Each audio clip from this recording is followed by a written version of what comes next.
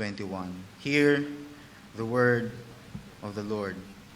And the child grew and was weaned, and Abraham made a great feast on the day that Isaac was weaned.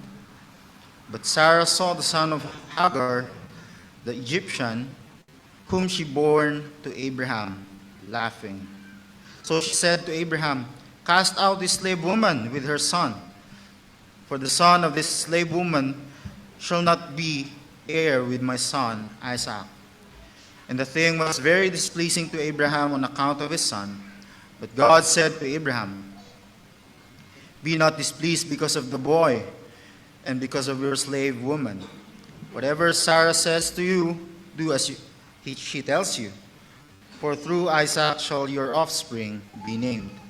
And I will make a nation of the son of the slave woman also, because he is your offspring." So Abraham rose early in the morning and took bread and a skin of water and gave it to Hagar, putting it on her shoulder, along with the child, and sent her away. And she departed and wandered in the wilderness of Beersheba. Verse 15. When the water in the skin was gone, she put the child under one of the bushes.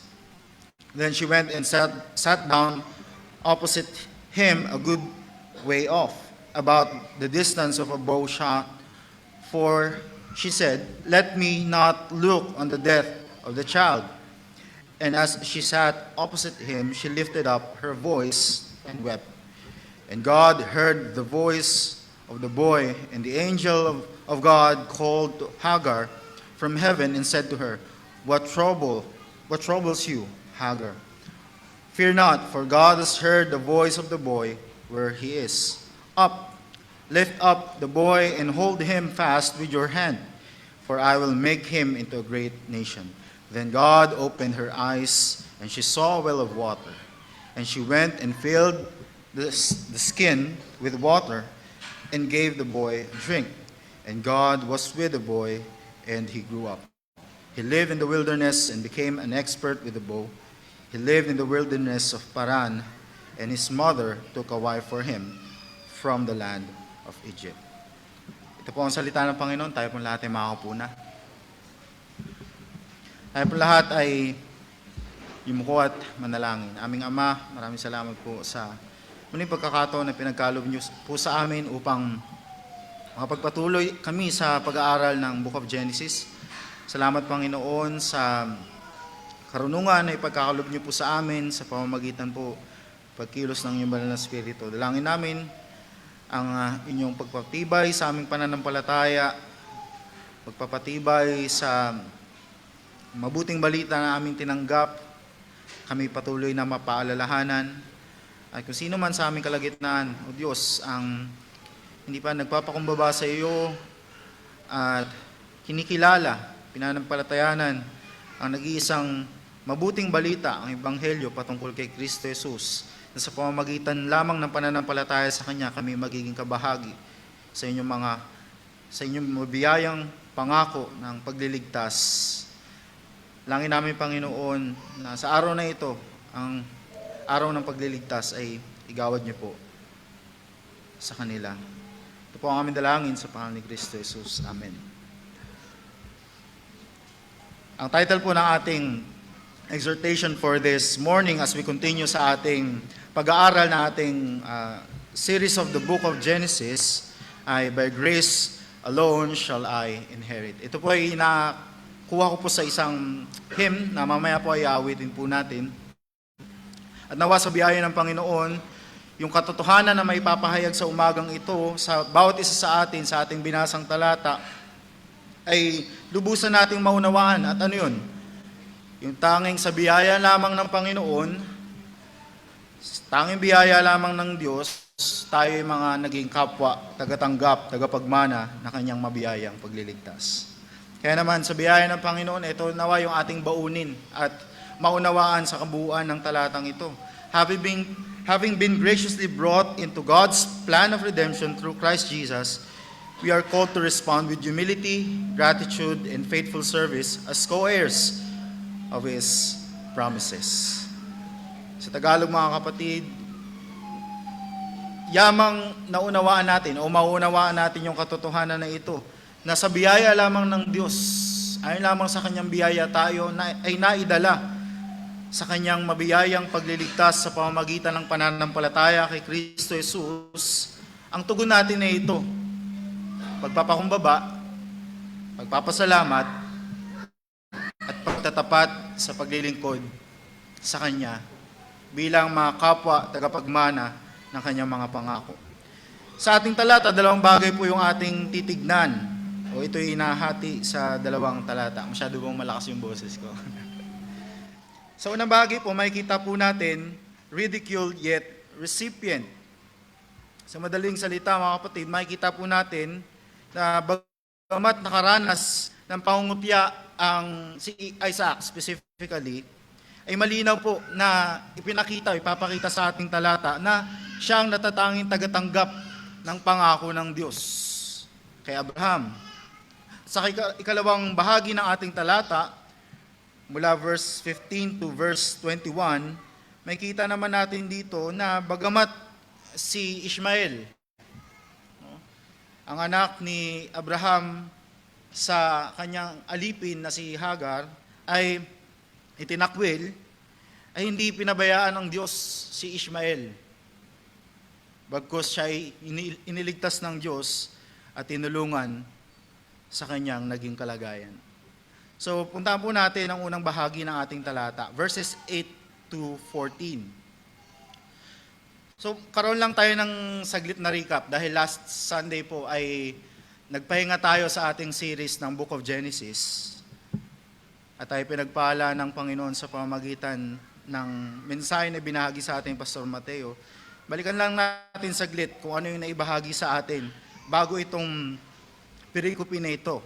So, Genesis chapter 21 verses 1 to 7, ito yung nakita natin. Yung katapatan ng Diyos sa pamamagitan ng pagtupad ng kanyang pangako kay Abraham. At ano yun? Na si Abraham ay magkakaroon ng anak sa pamamagitan ni Sarah. At ito nga ay natupad. At ito ay walang iba kundi si Isaac. O si Isaac sa Tagalog. Nakita natin na yung pagdududa ni Sarah na yung pangako ng Diyos na sa kabila ng kanyang katandaan at sa kabila ng katandaan ni Abraham at yung kanyang kawalan ng kakayanan na magkaanak. No, ito'y tinawanan niya, yung pangako ng Diyos na sila'y magkakaanak. Tinawanan niya. Mula doon sa pagtawa niya o pagkawala niya ng pagtitiwala doon sa ipinangako ng Diyos, sa sinabi ng Diyos, ito'y napalitan ng pagkamangha, ng kasiyahan, ng kagalakan dahil sa pagtupad ng Diyos sa kanyang pangako. Pinagkaloob sa kanila si Isaac. Dito sa pasimula ng ating talata, mga kapatid, may kita natin dito na si Isaac, yung pangako ng Diyos na anak para kay Abraham at Sarah, ay dumating na, siya ay lumaki, at hanggang sa pagkakataong siya ay kailangan ng awatin. Kailangan ng awatin sa, pahintuin sa pag-inom ng gatas mula sa kanyang ina. At alam ko po, nakaka-relate dito ang ating mga kapatiran na mayroon pang mga supli na mga maliliit na hanggang ngayon hindi pa maawat. So, ayun po.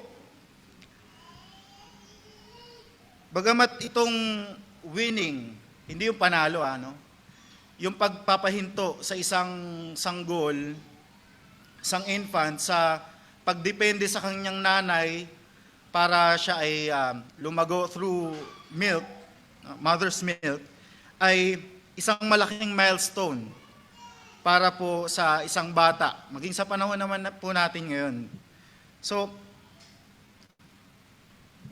dito sa ating talata, binanggit ito dahil malaki yung importance nito, yung significance nito sa talata na ating binabasa. So, tandaan natin mga kapatid, yung pagpapahinto, usually sa mga infants from depending sa kanilang nanay, for their development ay 2 to 3 years old. So from 2, it's either 2 or 3 years old, doon nag-i-start yung tinatawag na weaning. At yun yung taon na kanilang binibilang para pahintuin na yung isang sanggol sa pag-inom ng gatas mula sa kanyang nanay. Pero sa panahon natin ngayon, nakadepende, no? Iba-iba na yung basihan, no?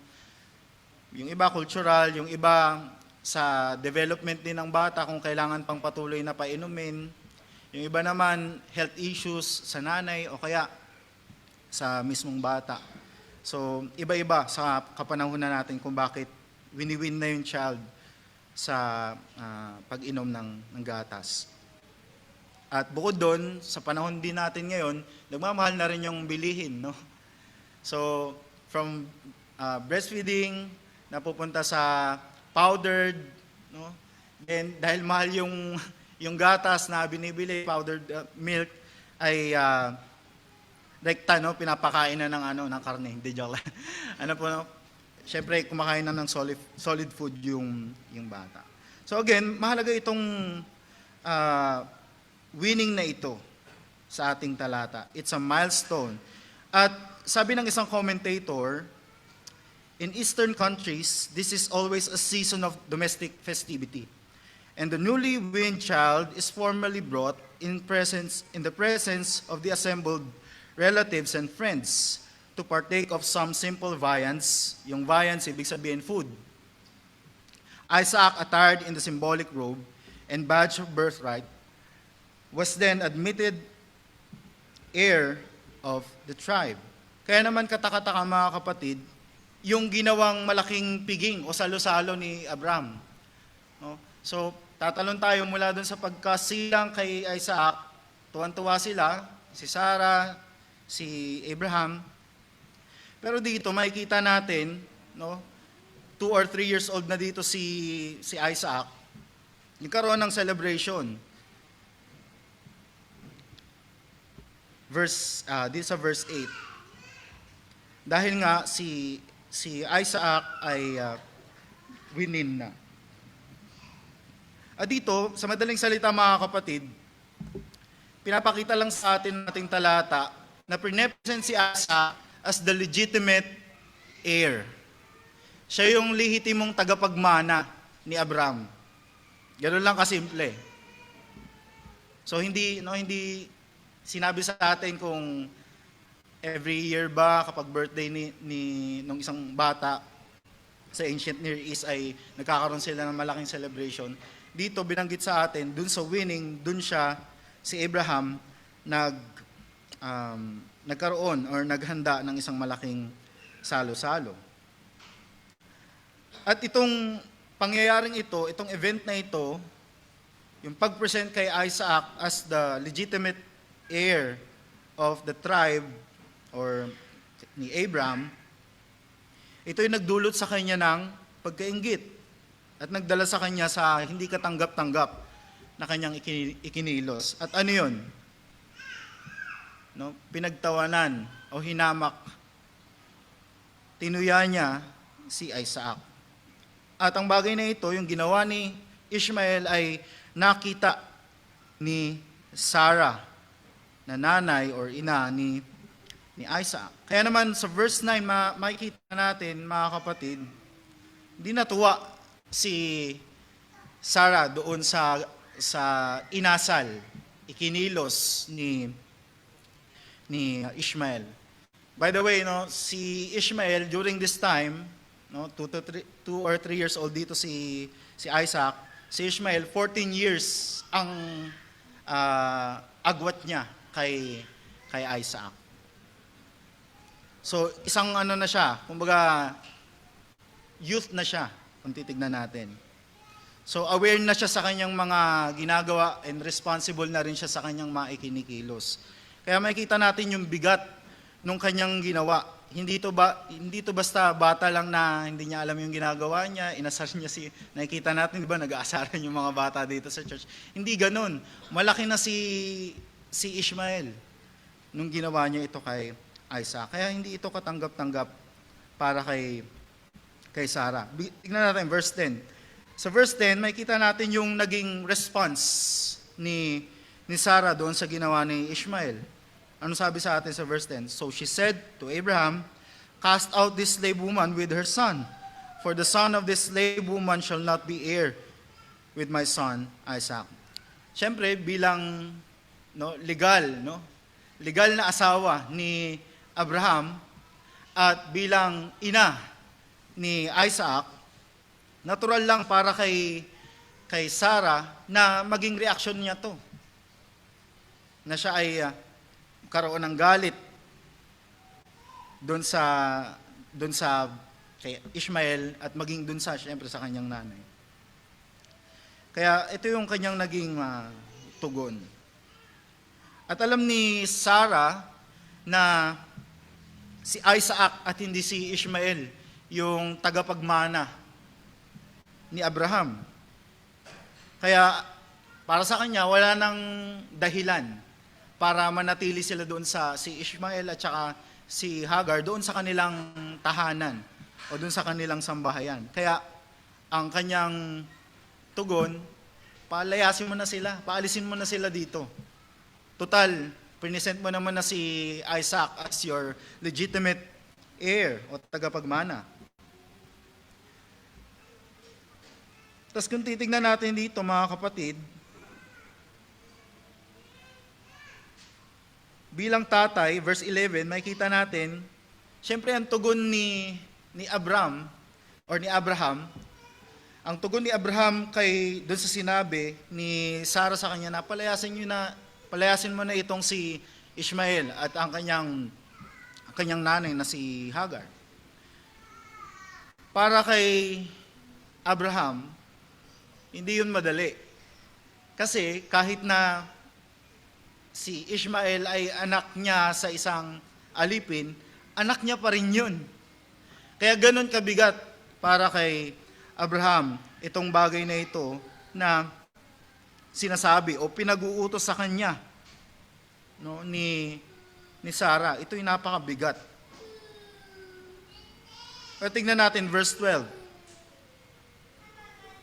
Makita natin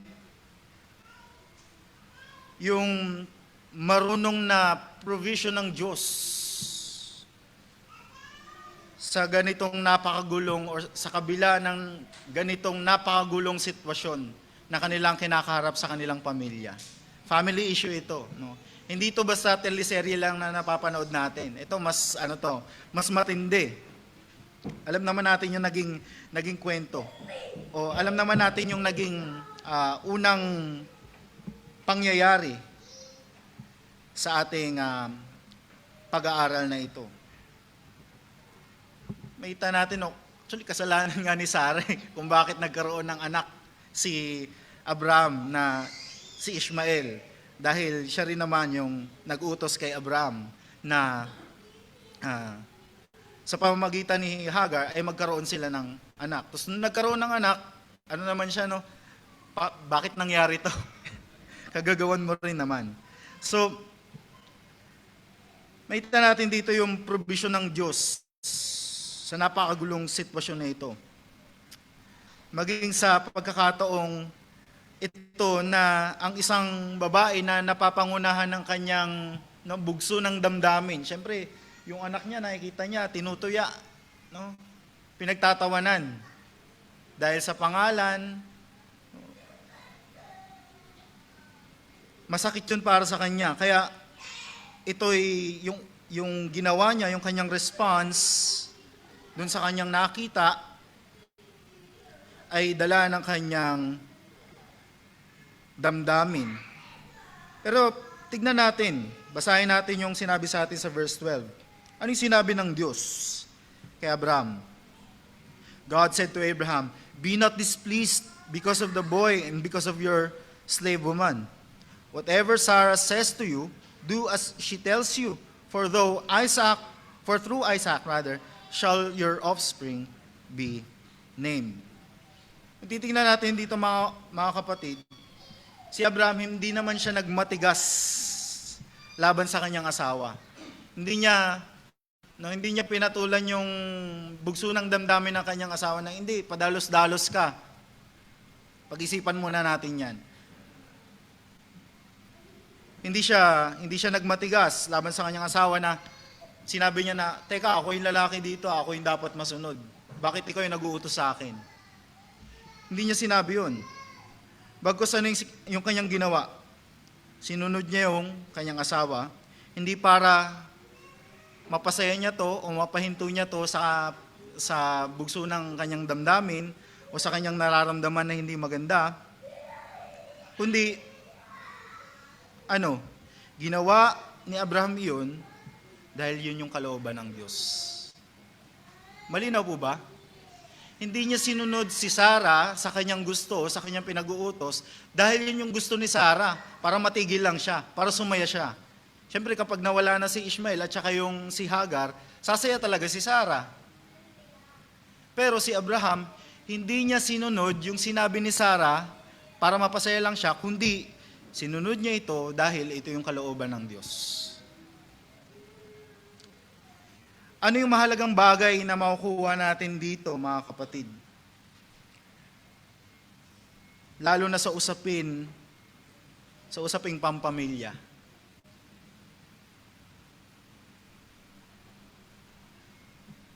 Ano yung tinuturo sa atin ito? Sa usaping pampamilya, ang dapat nasusunod ay ang kalooban ng Diyos. Malinaw po ba?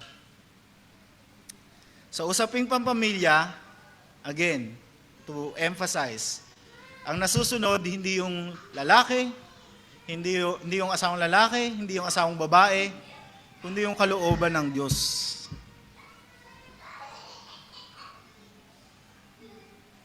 Yung tungkulin ng lalaki, tinuturo sa atin ng Biblia, tungkulin ng asawang lalaki ay mahalin ang kanyang asawang babae. Ang tungkulin ng asawang babae ay magpasakop sa kanyang asawang lalaki.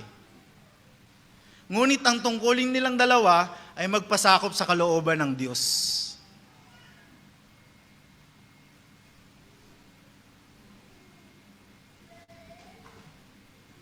Gusto niyo ba magkaroon ng maayos at mga Diyos na pamilya? Samahan sa isang pamilya. Samahan ng asawang lalaki at asawang babae. Ito yung gawin natin. Ito yung susi, mga kapatid.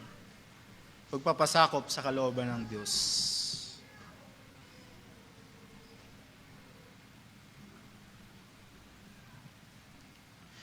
So dito, pinapaalala ng Diyos kay Abraham na sa pamamagitan ng anak ni Sarah na walang iba kundi si Isaac, sa kanya, kay Isaac magbumula ang kanyang lahi. Hindi kay Ishmael. Sa pamamagitan ni Isaac, magkakaroon ng bayang Israel, ng mga Hudyo, at kung saan magmumula, ultimately, ang Mesyas, ang tagapagligtas.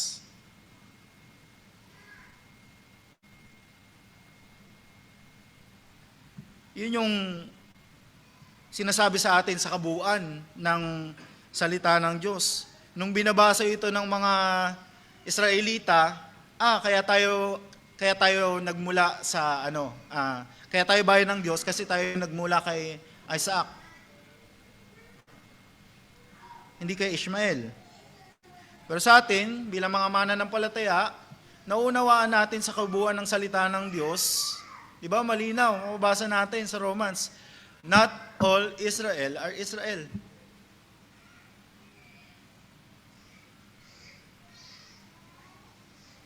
Hindi lahat ng nagmula kay Abraham ay tagapagmana ng pangako ng Diyos. Clear example, si Ishmael, galing siya kay Abraham, pero hindi siya tanggap ng pangako ng Diyos.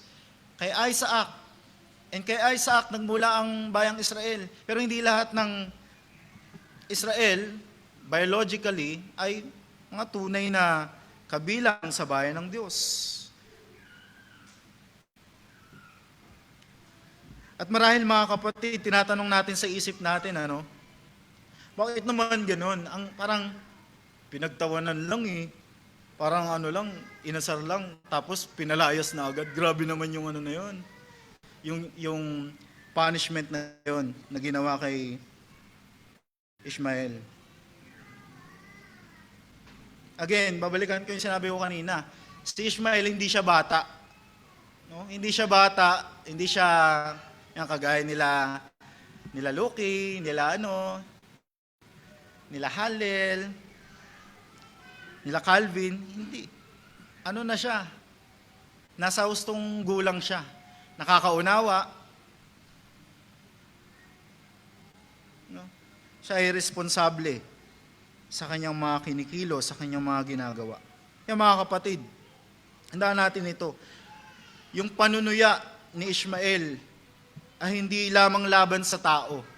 Hindi laban kay Isaac, hindi laban kay Sarah, hindi laban kay Abraham. Ito ay laban sa Diyos. Yung paghamak o yung panunuya ni Ishmael sa pangako ng Diyos ay paglapastangan sa Diyos na nagbigay ng pangako. Sino ba yung tinutuya niya? Si Isaac, the promised child to Abraham. Sa pamamagitan ni Isaac, matutupad ang mga pangako ng Diyos kay Abraham. Ganon kabigat yung ginawa ni ni Ishmael.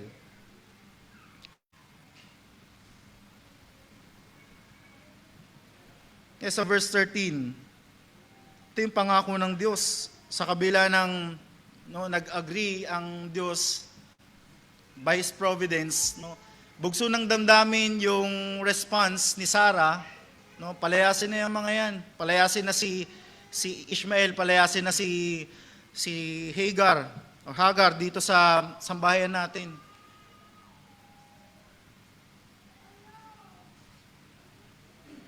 Sa kabila nun, yun yung kalooban ng Diyos.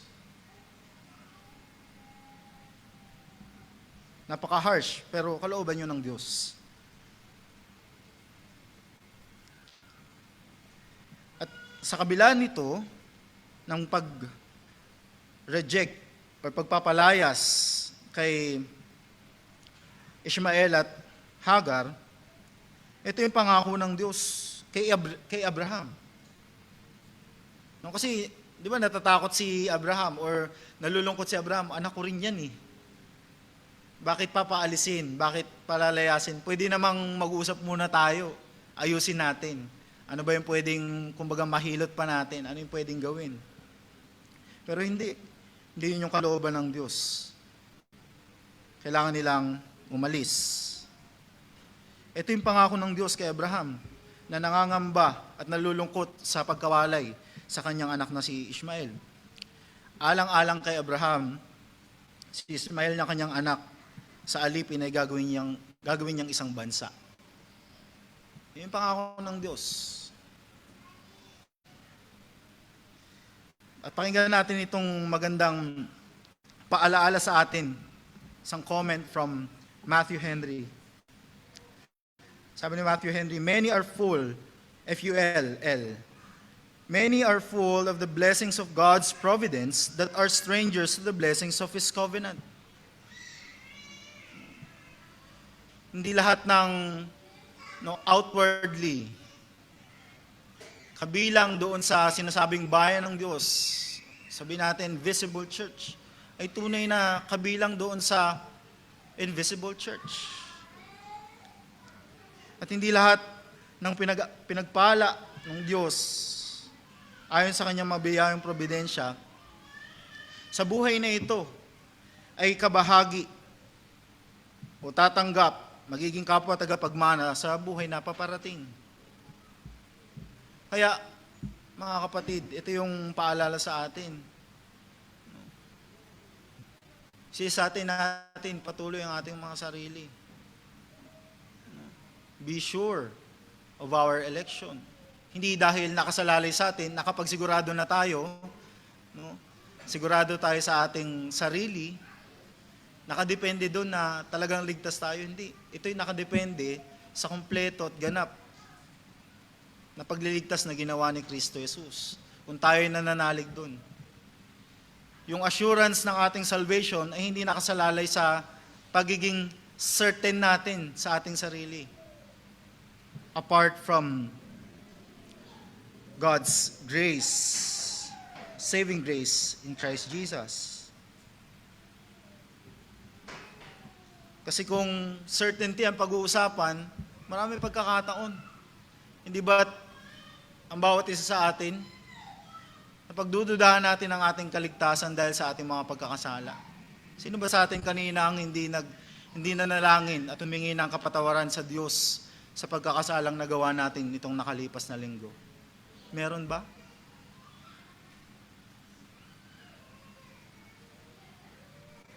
Bago-bago yung ating damdamin. May mga pagkakataon, sigurado tayo, ligtas ako. Sumasampalataya ako kay Kristo Jesus. Yun yung basihan ng aking kaligtasan. Pero marami din pagkakataon na or mas marami yung pagkakataon na pinagdududahan natin yung katotohanan na iyon. Bakit? Kasi nilalagay natin sa kakayanan natin o kung ano man yung kaya nating maibigay, yung kaligtasan na sa biyaya lamang ng Diyos natin matatagpuan. Sa pamamagitan ng pananampalataya kay Kristo.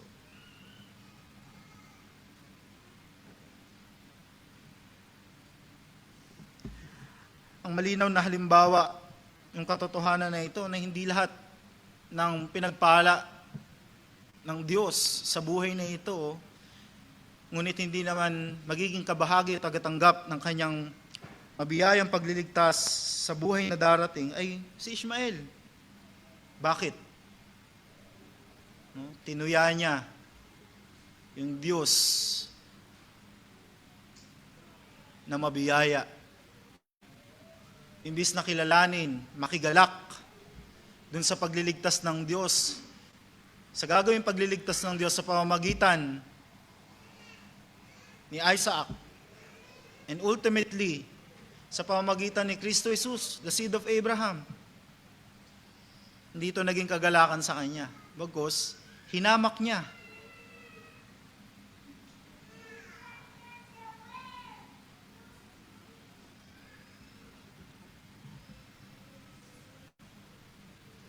Kaya mga kapatid, transitioning sa ating first point, tayo dadako sa ating ikalawang bahagi, rejected yet rescued. From verses 14 to 21. And makita natin si Abraham, sinunod niya yung sinabi ni Sarah. Sinunod niya yung kalooban ng Diyos. Bagamat ito hindi madali. Ito'y mabigat. Kailangan niyang paalisin yung kanyang anak na si Ishmael sa kanyang sambahayan. Verse 14, so Abraham rose early in the morning and took bread and a skin of water and gave it to Hagar, putting it on her shoulder along with the child, and sent her away. And she departed and wandered in the wilderness of Beersheba. Out of his concern for the slave at saka sa kanyang anak, ito yung ginawa ni Abraham. No? Nag-provide siya ng pagkain at inumin sa kanila para sa kanilang journey. Baga parang pinagkakatiwala ni Abraham kay Hagar ang kanyang anak. O ito, pagkain at inumin, ikaw na bahala sa anak ko. At dito, minention yung wilderness of Beersheba dahil ito'y nag-i-imply na si Abraham ay nais niyang pabalikin si Hagar at si Ishmael sa pinagmulang bayan ni Hagar, which is Egypt. Diba? Si Hagar or Hagar ay isang Egyptian. At itong Beersheba, yung wilderness ng Beersheba ay matatagpuan natin sa southern part ng Canaan. And again, itong bagay na ito, hindi madali kay Abraham. Pero verse 15, tingnan natin mga kapatid. Habang itong mag-ina ay naglalakbay sa kalagitnaan ng wilderness, ng disyerto, sa kalagitnaan ng kanilang paglalakbay, ito yung makikita natin, mababasa natin. When the water in the skin was gone, she put the child under one of the bushes. Anong ibig sabihin nito mga kapatid? Yung bata na si Ishmael, although medyo youth na siya, hindi niya kinaya yung paglalakbay. Naubusan sila ng pagkain, naubusan sila ng inumin, pagod na pagod silang dalawa, most especially dito makikita natin particularly, si Ishmael hindi niya kinaya. Yung mahabang paglalakbay. At siya ay halos mamamatay na. At yung makikita natin dito, mga kapatid, ay yung katotohanan, dito sa verse 15, na indeed, God opposes the proud.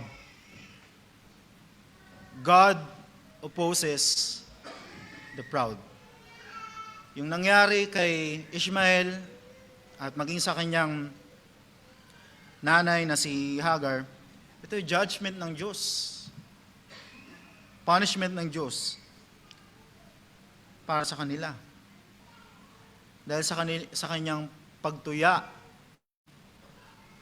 sa katapatan ng Diyos sa pagtupad sa kanyang pangako. At ganito yung dadanasin ng mga taong patuloy na nagmamataas, hindi kinikilala yung pagliligtas ng Diyos na walang iba kundi si Kristo Jesus. Tandaan natin mga kapatid, again, God opposes the proud, but gives grace to the humble. E makikita natin si Hagar ay nasa isang sitwasyon na kung saan wala na. Naubusan na siya ng pag-asa, naubusan ng pagkain, naubusan ng inumin, naubusan ng lakas, naubusan ng pag-asa. Nakikita niya yung kanyang anak. At hindi niya kinakaya na makita na sa harapan niya mismo yung kanyang anak ay mawawala sa kanya. Kaya anong ginawa niya? Tumalikod siya.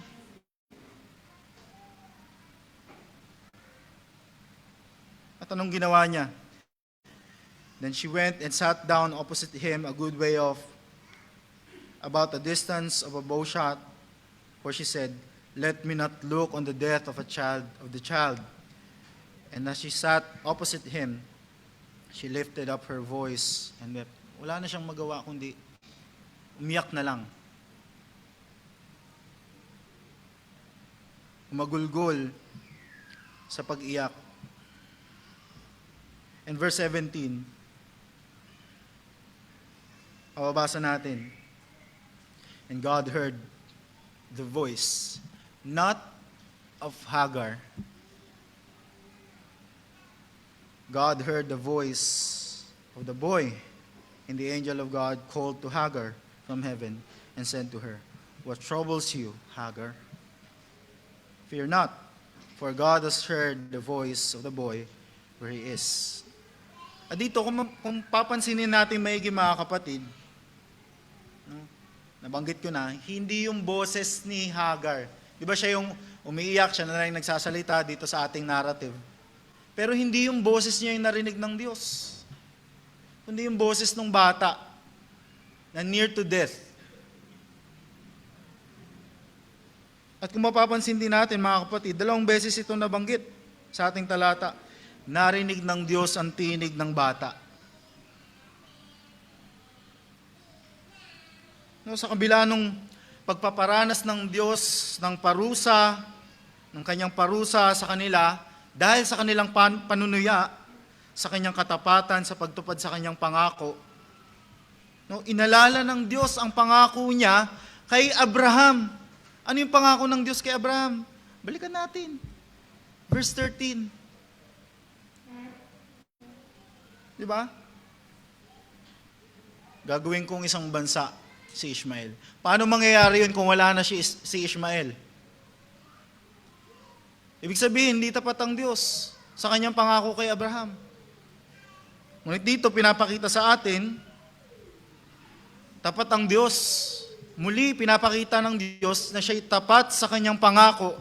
Sa kabila ng itong batang ito, tinuya ang kanyang pangalan, ang kanyang katapatan, ngunit alang-alang kay Abraham. Sa kanyang pangako kay Abraham, tutuparin ng Diyos ang kanyang pangako. Nagagawin niya itong mula sa batang ito na si Ishmael, ay manggagaling ng isang bansa. Kaya makikita natin, untusan ng Diyos si Hagar. Verse 18, Up, lift up the boy and hold him fast with your hand, for I will make him into a great nation. That's the promise of God to Abraham concerning Ishmael. At dito, muli mga kapatid, may kita natin yung gracious and abundant provision ng Diyos. Even for those, or even to those who have offended His name. Verse 19, Then God opened her eyes, and she saw a well of water, and she went and filled the skin with water and gave the boy a drink. Napakagandang comment ito from John Calvin rather. Pakinggan nating maigi concerning God's provision. And it is worthy of special notice that when God leaves us destitute of His superintendence and takes away His grace from us, we are as much deprived of all the aids which are close at hand, as if they were removed to the greatest distance. Therefore, we must ask not only that He would bestow upon us such things as will be useful to us, but that He will also impart prudence to enable us to use them. Otherwise, it will be our lot to faint with closed eyes in the midst of fountains. Anong ibig sabihin ng mga kapatid? Napakahaba. Napakahaba. Anong ibig sabihin? Kailangan natin yung gabay ng Diyos at yung kanyang karunungan para malaman natin at makita natin yung kanyang mabiyayang probisyon sa mga kinakaharap nating sitwasyon. Look at Hagar. Nasa isang sitwasyon siya na hopeless na siya. Yung kanyang anak, mamamatay kasi, bakit? Naubusan ng pagkain, naubusan ng tubig. Pero hindi niya, sa kanyang kalagayan, hindi niya nakita, meron palang well doon sa malapit lang sa kanya. Kasi nga, punong-puno na siya ng alalahanin. Hindi niya makita na nandoon yung provision ng Diyos sa kanya. Kaya anong ginawa ng Diyos? God opened her eyes. Hindi ibig sabihin, mga kapatid, na yung wala naman talaga doon, tapos bigla na lang nagkaroon ng well doon. Hindi, merong well doon. Hindi lang talaga nakita ni Hagar yung well. Dito, pinapakita sa atin ng Diyos sa kabila ng pagkakasala ni Ishmael, patuloy ang pagkalinga ng Diyos sa kanya, alang-alang kay Abraham. Verse 20 and 21. And God was with the boy, and he grew up. He lived in the wilderness and became an expert in the bow. He lived in the wilderness of Paran, and his mother took a wife for him from the land of Egypt. Sa madaling salita, mga kapatid, tinupad ng Diyos ang kanyang pangako kay Abraham concerning Ishmael. Nabuhay si Ishmael at naging isang bansa at siya'y nanirahan sa Paran at nagkaroon ng pamilya from the land of Egypt. Ito yung makukuha natin, magpupulot natin mula dito, mga kapatid. In application, Kung si Ishmael nga, nalabas sa mabiyayang tipan ng pagliligtas ng Diyos na ibinigay niya kay Abraham, ay hindi niya pinabayaan. Hindi pinabayaan ng Diyos si Ishmael. Bakit natin pinagdududahan ng Diyos na hindi niya ipagkakaloob sa atin ang ating mga pangangailangan? Lalo pa tayo'y mga kabilang, mga kabahagi, mga kapwa tagapagmana sa masigit na tipan. Hindi ba? Ang bagong tipan na ang katiyakan ng katuparan ay ang kanyang anak na si Kristo Jesus. Hindi ba mababasa natin sa Corinthians, 2 Corinthians, chapter 1, verse 20. Hindi ba't lahat ng pangako ng Diyos, mga pangako ng Diyos ay amen o oo kay Kristo Jesus? Bakit natin pinagdududahan na hindi pagkakaloob ng Diyos ang mga pangangailangan natin sa mundong ito? Sa panandalian ng mundong ito? Bakit natin pinagdududahan ng kaligtasan na ipinagkaloob ng Diyos sa pamamagitan ni Kristo Jesus? Mga kapatid, huwag natin pagdudahan ng Diyos sa kanyang pagtugon sa ating mga pangangailangan. Lalo't higit sa walang hanggang kaligtasan na kanyang plinano na noon pa at isinakatuparan sa pamamagitan ni Kristo at patuloy nating inaantay. Huwag natin pagdudahan ng Diyos. Sa pagdududa natin sa Diyos, naging katulad tayo ni Ishmael na para bang tinutuya natin, tinatawanan natin, hinahamak natin yung katapatan ng Diyos. Tapat ang Diyos sa kanyang mga pangako. Ngayon, ano ito sa atin, mga kapatid?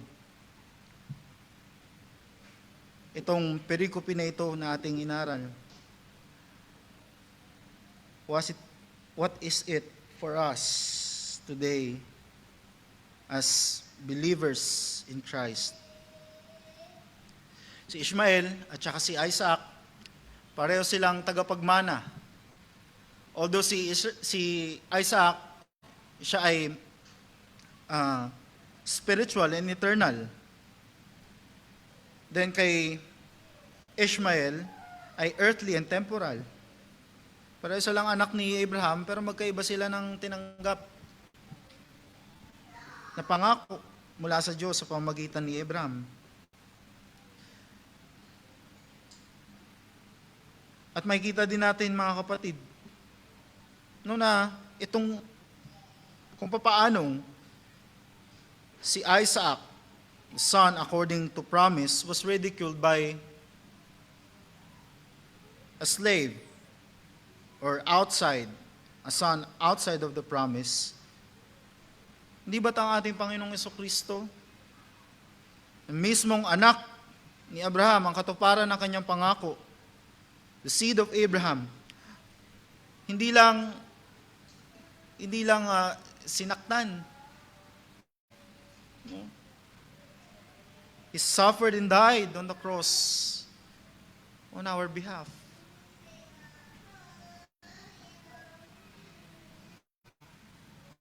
Hindi lang siya ni-ridicule. Hindi lang siya dinuroan. Hindi lang siya hinataw ng pamalo, pinako sa krus. Yung shame na dulot nito. At lahat-lahat, for our sake, He suffered and died. At ano pa? Kung paanong si Isaac na natili as son of the promise sa sambahayan at si Ishmael ay pinalayas. Hindi ba ang ating Panginoong Jesucristo, the Son of God, on the cross, while bearing our sins, forsaken by the Father, forsaken by God, masigit ang dinanas ng ating Panginoong Jesucristo. Hindi lang panunuya sa Kanya, gayon din tayo bilang mga mananampalataya. kung papaanong ang ating Panginoon ay nakaranas ng mga bagay na yun, expect natin mga kapatid at yun yung tinuturo sa atin ng Biblia. Na tayo na mga kapakabahagi kay Kristo, same ang ating mararanasan. May mga mananampalataya no, sa ibang lugar, sa China, sa iba't ibang lugar, mga persecuted Christians, persecuted churches. Samantalang tayo dito, no, nasa malayang bansa tayo, kaya hindi tayo ganun kaseryoso sa ating pananampalataya.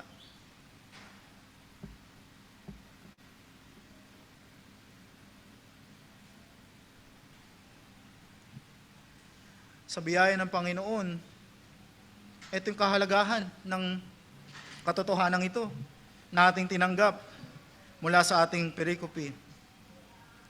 Bagamat hindi tayo mga Hudyo, biologically, mga kapwa tagapagmana tayo ng pangako ng Diyos dahil kay Kristo Jesus.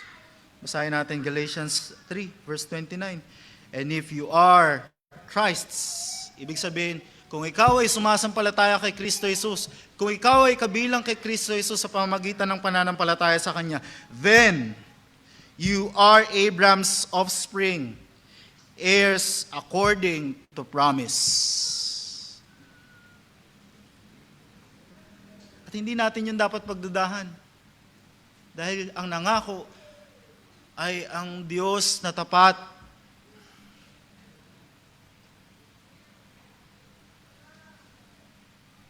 Kaya naman, para sa ating mga bisita, marahil hindi pa kumikilala sa ating Panginoong Jesucristo, ito yung katotohanan, even sa atin noon, hindi pa tayo sumasampalataya kay Kristo Jesus. Katulad ni Hagar, na ang kanyang mga mata ay sarado, hindi niya makita yung provision ng Diyos. Tayo mga patuloy na nagmamalaki. Nagmamalaki na para bang kaya natin iligtas ang ating mga sarili. Meron tayong righteousness on our own. Tayo mga bulag at hindi natin makita, hindi natin makilala. Hindi natin tinatanggap at pinapanampalatayanan yung provision ng Diyos sa pagliligtas na walang iba kundi si Kristo Jesus. Hindi natin makikita yon unless God open our eyes.